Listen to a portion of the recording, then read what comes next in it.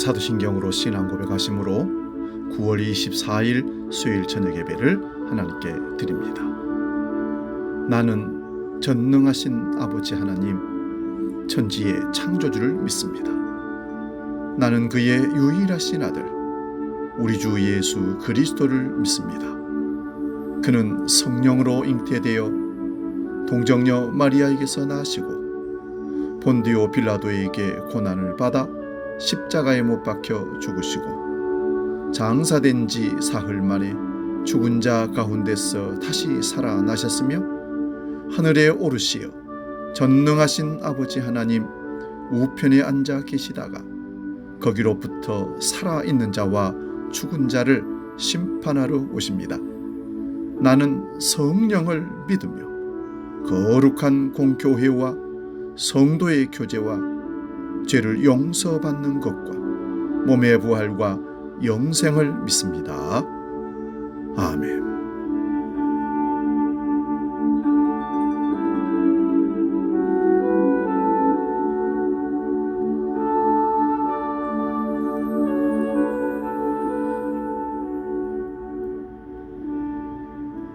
찬송가 435장 나의 영원하신 기업 함께 찬송합니다.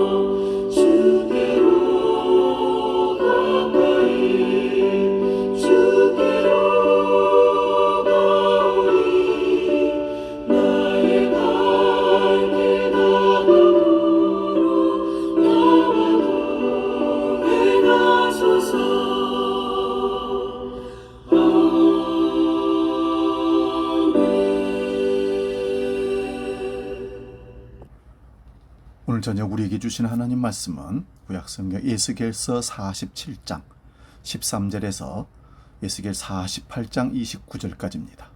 본문이 너무 길기 때문에 에스겔 47장 13절에서 14절 그리고 48장 28절 29절 봉독하고 말씀 상고합니다. 에스겔 47장 13절에서 48장 29절인데 짧게 요약해서 읽고 말씀 상고합니다. 먼저 에스겔 47장 13절에서 14절 봅니다. 주 여호와께서 이같이 말씀하셨느니라. 너희는 이 경계선대로 이스라엘 12지파에게 이 땅을 나누어 기업이 되게 하되 요셉에게는 두 몫이니라. 내가 이적에 내 손을 들어 맹세하여 이 땅을 너희 조상들에게 주겠다고 하였나니 너희는 공평하게 나누어 기업을 삼으라. 이 땅이 너희의 기업이 되리라. 이어서 48장 28절 29절 봅니다. 갓 경계선 다음으로 남쪽 경계선은 다마르스부터 무리바 가데스 셈에 이르고 애굽 시내를 따라 대해에 일어나니 이것은 너희가 제비 뽑아 이스라엘 지파에게 나누어 주어 기업이 되게 할 땅이요 또 이것들은 그들의 몫이니라. 주 여호와의 말씀이니라. 아멘. 봉독한 말씀으로 에스겔 강의 65번째 성도의 기업, 이런 제목으로 말씀의 은혜를 나눕니다. 성도의 기업. 오늘 본문은 몇 주 전에 구역 정리라는 제목으로 말씀을 드렸는데, 오늘은 새롭게 회복된 성전과 땅에서 이스라엘 지파들에게 기업을 나누라는 그 뜻을 살펴보도록 하겠습니다. 먼저 에스겔 47장 13절 14절을 보시면 여호와께서 에스겔에게 보여주신 경계선대로 이스라엘 12지파에게 땅을 나누어 기업이 되도록 하라고 말씀하십니다. 12지파란 야곱의 아들 숫자입니다. 그러므로 12이라는 것은 아들의 숫자입니다. 하나님께서 택하신 아들을 부르신다는 것을 보여주기 위하여 예수님은 12명의 제자를 부르신 것을 예표로 보여주십니다. 그러므로 구약의 지파 12지파와 신약의 12사도를 곱하면 144가 됩니다. 여기에 완전한 수를 뜻하는 1000을 곱하면 14만 4천이 되는 겁니다. 그러므로 이런 숫자는 구약과 신약에서 구원받는 완전한 수를 상징하는 많다는 뜻이 됩니다. 하나님은 모든 인류를 구원하시겠다는 상징적인 말씀을 1000을 붙여서 14만 4천이라 부르게 된 것입니다. 요셉에게 두 몫을 주라고 하신 것은 요셉이 장자라는 말입니다. 요셉은 마지막에서 두 번째 막내 같은 아들인데 왜 장자인가? 요셉이 모든 걸 책임지고 가족을 살렸기 때문입니다. 요셉이 형들의 미움을 받아 종으로 팔려갔지만 오히려 요셉의 형들을 살려냄으로 인하여 장자의 역할을 했다, 이런 뜻입니다. 이스라엘의 장자란 자신이 희생함으로 다른 사람을 살려내는 자가 장자라는 말입니다. 그러므로 요셉의 두 아들 에브라임과 므낫세가 두 지파로 기업을 받게 된 것입니다. 이렇게 되면 13의 기업으로 나누어야 하는데, 그런데 하나님께서 레위 지파를 제사장 지파로 택하셔서 성전에서 시중 들게 합니다. 그러므로 레위 지파는 땅을 기업으로 받지 못했지만 여호와를 기업으로 받았다 말씀을 드렸습니다. 이것은 레위 지파만 여호와를 기업으로 받다는 그런 뜻이 아니라 이스라엘 전체가 여호와를 기업으로 받는다는 뜻입니다. 이것이 이스라엘을 제사장 나라로 택하신 뜻입니다. 그러므로 12지파가 땅을 받는 것은 여호와 하나님께서 이스라엘의 조상들에게 주시겠다고 언약하셨기 때문에 일어나는 일임을 14절이 증언하고 있습니다. 47장 15절에서 20절을 보면 북동 남서 순서로 땅의 경계를 지정하고 있습니다. 그리고 47장 21절에서 23절은 유대인 중에 섞여 사는 타국인이 이스라엘 땅에서 자녀를 낳은 자들은 그 타국인을 본토에서 난 이스라엘 족속과 같이 여기고 그들에게도 이스라엘 지파 중에서 너희와 함께 기업을 얻게 하라 말씀합니다. 타국인이 머물러 사는 그 지파에서 그 기업을 주라고 여호와께서 말씀하십니다. 새로운 성전과 새롭게 회복된 땅에서 타국인도 함께 할 수 있는 길이 이미 구약에도 열려 있었던 겁니다. 그러므로 하나님께서 이 아브라함에게 언약하실 때에 천하 만민이 너로 인하여 복을 얻을 것이라고 하신 말씀처럼 이방인들도 아브라함이 받은 복인 믿음으로 의롭다함을 받는다는 것입니다. 에스겔 48장 1절에서 29절을 보면 이스라엘의 12지파가 북쪽부터 그 기업을 받을 경계를 말하고 있습니다. 단, 아셀, 납달리, 므낫세, 에브라임, 르우벤, 유다가 북쪽이고 그 중앙에는 여호와의 성소와 제사장과 레위 지파와 왕의 경계를 정해 줍니다. 그리고 남쪽으로 베냐민, 시므온, 이사갈, 스불론, 가시 남쪽 지역입니다. 이들 지역의 경계선은 국경선인 동쪽에서 서쪽까지 일직선으로 나누어 줍니다. 일반적인 지도를 그리면 산과 계곡과 길을 따라서 구불구불하게 경계선을 그립니다. 그런데 이스라엘의 기업은 일직선으로 긋게 하신 이유가 무엇이겠습니까? 새하늘과 새 땅에서 받는 기업은 그 모든 권리가 같다는 것을 보여주는 상징입니다. 이방인이나 유대인이나 모두가 다 똑같이 권리를 누린다는 뜻입니다. 이제 성경 전체를 통하여 성도의 기업이 무엇인지 살펴보기를 원합니다. 창세기 17장 7절 8절 봅니다. 내가 내 언약을 나와 너 및 네 대대 후손 사이에 세워서 영원한 언약을 삼고 너와 네 후손의 하나님이 되리라. 내가 너와 네 후손에게 네가 거류하는 땅 이 땅 곧 가나안 온 땅을 주어 영원한 기업이 되게 하고 나는 그들이 하나님이 되리라. 하나님께서 아브라함을 부르시고 고향 친척 아비 집을 떠나게 하신 후에 가나안 땅까지 인도하셨습니다. 그리고 여러 가지 경험을 통하여 자기를 부르신 여호와 하나님을 알게 하시고 믿게 하십니다. 그럼에도 불구하고 아브라함의 믿음이 온전하지 못하여 이스마엘을 낳게 됩니다. 그러나 하나님의 언약은 신실하시기에 아브라함에게 다시 언약을 주시면서 언약 체계를 하는 장면이 창세기 17장에 나오는 것입니다. 그 내용이 할례와 이삭에 대한 약속입니다. 그리고 이 땅을 주어 영원한 기업이 되게 하고 나는 그들이 하나님이 될 것이라고 말씀합니다. 인간의 불신앙을 고발하면서 하나님의 언약이 이루어지고 있는 것입니다. 출애굽기 6장 1절에서 13절을 봅니다. 좀 깁니다마는 경청하시기 바랍니다. 여호와께서 모세에게 이르시되 이제 내가 바로에게 하는 이 일을 내가 보리라. 강한 손으로 말미암아 바로가 그들을 보내리라. 강한 손으로 말미암아 바로가 그들을 그의 땅에서 쫓아내리라. 하나님이 모세에게 말씀하여 이르시되 나는 여호와이니라. 내가 아브라함과 이삭과 야곱에게 전능의 하나님으로 나타났으나 나의 이름을 여호와로는 그들에게 알리지 아니하였고 가나안 땅 곧 그들이 거류하는 땅을 그들에게 주기로 그들과 언약하였더니 이제 애굽 사람이 종으로 삼은 이스라엘 자손의 신음소리를 내가 듣고 나의 언약을 기억하노라. 그러므로 이스라엘 자손에게 말하기를 나는 여호와라. 내가 애굽 사람의 무거운 짐 밑에서 너희를 빼내며 그들의 노역에서 너희를 건지며 편팔과 여러 큰 심판들로서 너희를 속량하여 너희를 내 백성으로 삼고 나는 너희의 하나님이 되리니 나는 애굽 사람의 무거운 짐 밑에서 너희를 빼낸 너희의 하나님 여호와인 줄을 너희가 알지니라. 내가 아브라함과 이삭과 야곱에게 주기로 맹세한 땅으로 너희를 인도하고 그 땅을 너희에게 주어 기업을 삼게 하리라. 나는 여호와라 하셨다 하라. 모세가 이와 같이 이스라엘 자손에게 전하나 그들의 마음의 상함과 가혹한 노역으로 말미암아 모세의 말을 듣지 아니하였더라. 여호와께서 모세에게 말씀하여 이르시되 들어가서 애굽 왕 바로에게 말하여 이스라엘 자손을 그 땅에서 내보내게 하라. 모세가 여호와 앞에 아뢰어 이르되 이스라엘 자손도 내 말을 듣지 아니하거든 바로가 어찌 들으리까? 나는 입이 둔한 자니이다. 여호와께서 모세와 아론에게 말씀하사 그들로 이스라엘 자손과 애굽 왕 바로에게 명령을 전하고 이스라엘 자손을 애굽 땅에서 인도하여 내게 하시니라. 여호와 하나님께서 모세를 통하여 이스라엘 백성들을 출애굽시키는 이유는 하나님께서 아브라함과 이삭과 야곱에게 하신 언약을 이루기 위한 것입니다. 아브라함에게 가나안 땅을 그의 후손들에게 주시겠다고 하시면서 여호와 하나님께서 그들의 하나님이 되고 그들은 하나님의 백성이 되는 것이 언약의 목표입니다. 그런데 이 언약의 말씀을 백성들이 믿지 않았습니다. 다시 한번 9절을 보시기 바랍니다.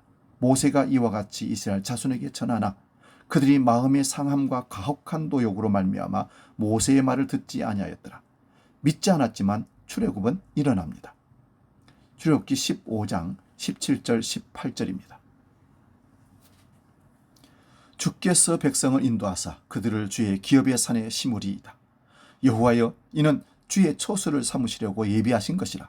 주의 이것이 주의 손으로 세우신 성소로소이다. 여호와께서 영원무궁하도록 다스리시도다 하였더라. 여호와께서 이스라엘 백성들이 조상들에게 하신 언약의 말씀을 믿지 않았지만 10가지 재앙과 홍해를 건너므로 출애굽은 일어났습니다. 홍해를 걸어서 건넌 후에 모세가 찬양한 내용입니다.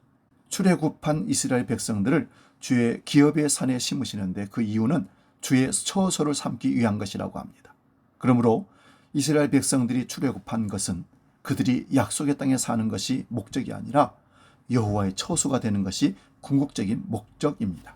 그러나 출애굽하여 약 1년 만에 시내산 앞에 도착하여 여호와와 언약을 체결하지만 곧 금송아지를 섬김으로 언약을 배반하게 됩니다. 출애굽기 33장 1절에서 3절 봅니다. 여호와께서 모세에게 이르시되 너는 네가 애굽 땅에서 인도해 낸 백성과 함께 여기를 떠나서 내가 아브라함과 이삭과 야곱에게 맹세하여 네 자손에게 주기로 한 그 땅으로 올라가라. 내가 사자를 너보다 앞서 보내어 가나안 사람과 아모리 사람과 헷 사람과 브리스 사람과 휘 사람과 여부수 사람을 쫓아내고 너희를 적과 꿀이 흐르는 땅에 이르게 하려니와 나는 너희와 함께 올라가지 아니하리니 너희는 목이 곧은 백성인즉 내가 길에서 너희를 진멸할까 염려함이라 하시니. 여호와 하나님께서 이스라엘 백성들의 조상들에게 약속을 하셨기에 약속한 그 땅으로 이스라엘 백성들을 올라가게 하시겠다고 합니다. 여호와의 사자를 앞서 보내어 가나안 사람을 쫓아내고 젖과 꿀이 흐르는 땅에 이르게 하겠지만 나는 너희와 함께 올라가지 않겠다라고 하나님이 선언하십니다. 그 이유는 너희는 목이 곧은 백성이기에 내가 길에서 너희를 진멸할까 하노라 하십니다. 이 준엄한 말씀을 듣고 모세가 하나님께 기도합니다. 출애굽기 33장 15절 16절 봅니다. 모세가 여호와께 아뢰되 주께서 친히 가지 아니하시려거든 우리를 이곳에서 올려보내지 마옵소서. 나와 주의 백성이 주의 목전에 은총 입은 줄을 무엇으로 알리까? 주께서 우리와 함께 행하심으로 나와 주의 백성을 천한 만민 중에 구별하심이 아니니까. 모세는 약속의 땅에 들어가는 그 자체가 목적이 아님을 알고 있습니다. 여호와께서 우리와 함께하여 주시지 않는다면 젖과 꿀이 흐르는 땅에 들어가면 무슨 소용이냐고 간구를 합니다. 그러면서 여호와의 영광을 보여달라고 합니다. 출애굽기 34장 6절에서 9절 봅니다. 여호와께서 그의 앞에서 지나시며 선포하시되 여호와라 여호와라 자비롭고 은혜롭고 노하기를 더디하고 인자와 진실이 많은 하나님이라. 인자를 천내까지 베풀며 악과 과실과 죄를 용서하리라.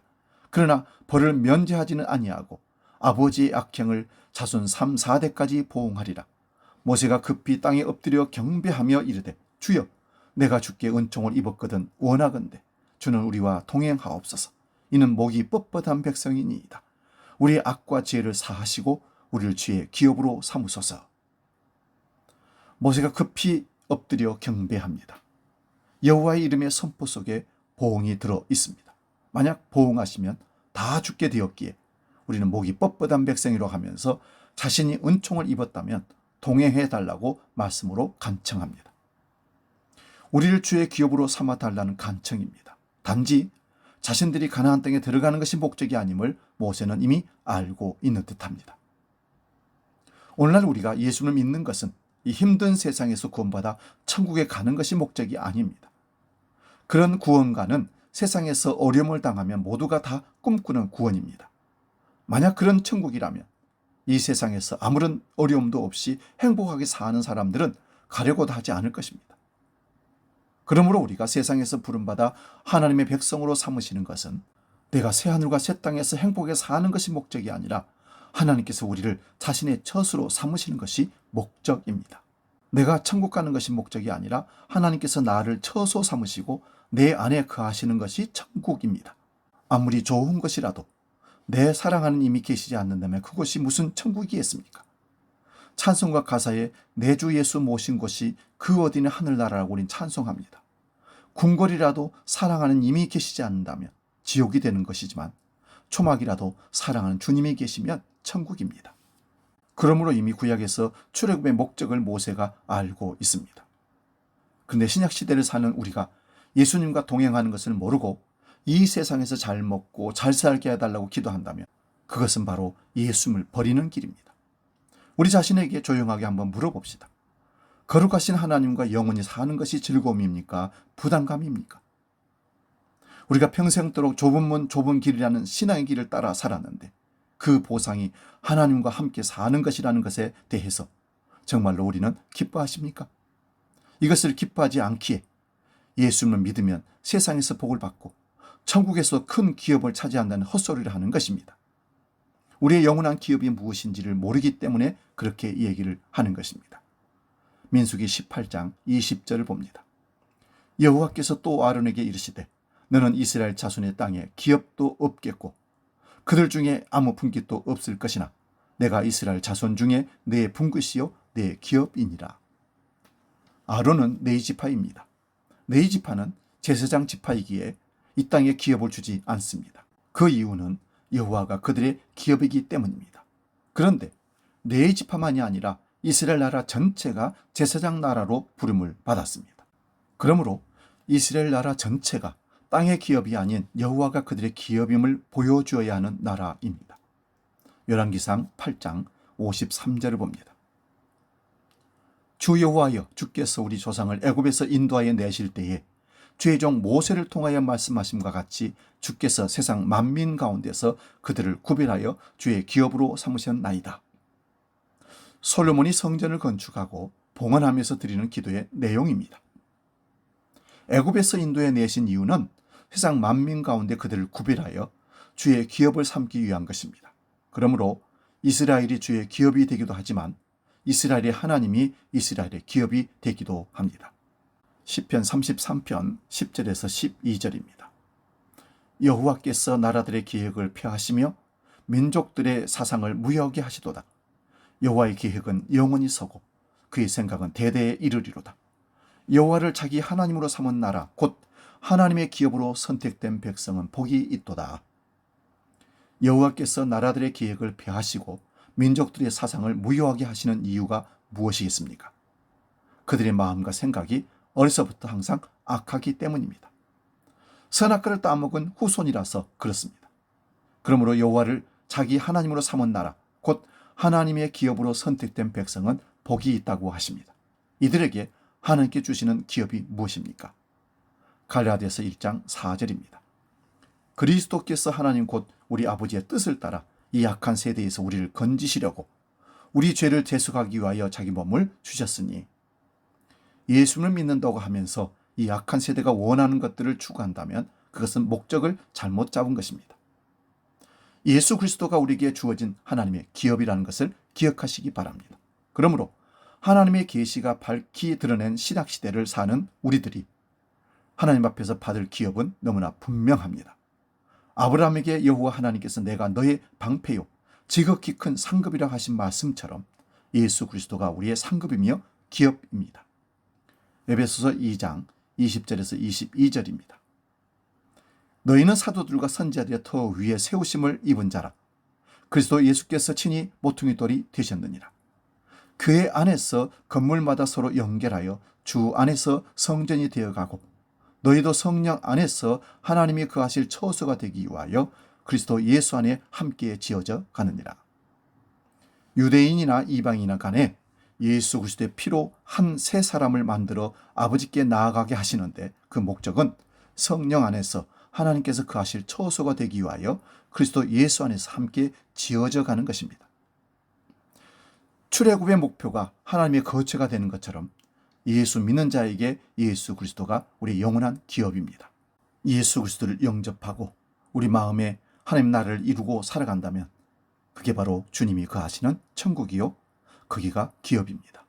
이제 주님은 우리의 면류관이시요 우리 왕이시요 우리의 기업이십니다. 그 기업을 진정한 복으로 인정하고 그 말씀 안에서 자유를 누리며 그 나라에서 주님과 함께 영원히 사는 축복을 누리시기를 주의 이름으로 축원드립니다. 찬송가 438장 내 영혼이 은총 입어 찬송하고 기도하고 마치겠습니다.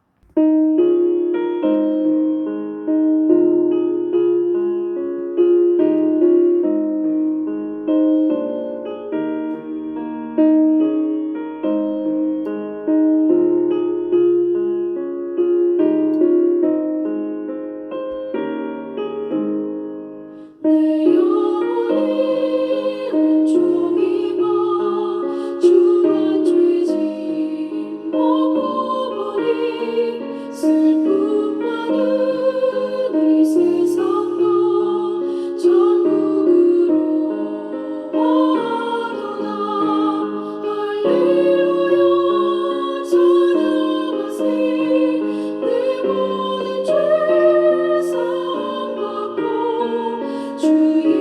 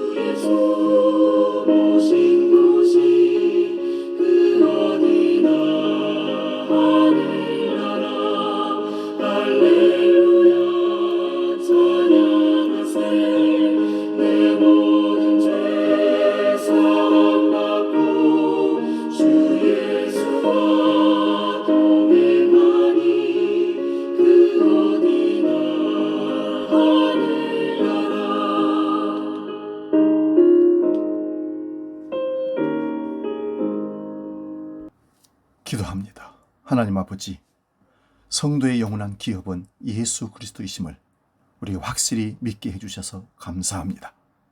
이 땅에서 천년만년 영화를 누릴 것처럼 세상에서 기업을 얻으려고 애쓰고 몸부림치는 우리의 악한 모습을 제거해 주시고, 오직 예수 그리스도가 우리의 기업인 것을, 성도의 기업인 것을 믿고 따라가는 주의 백성 되게 하시고, 이 땅에서 그 천국을 누리며 주님과 동행하는 일생의 삶이 되도록 복날이여 주옵소서. 이제는 길이요 진리요 생명이시며 우리의 영원한 기업 되시는 예수 그리스도의 은혜와 아버지 하나님의 크고 놀라우신 사랑과 성령님의 감동, 교제, 역사 충만케 하심이 우리 모든 믿음의 권속 위에 영원히 함께 하시기를 간절히 축원하옵나이다. 아멘.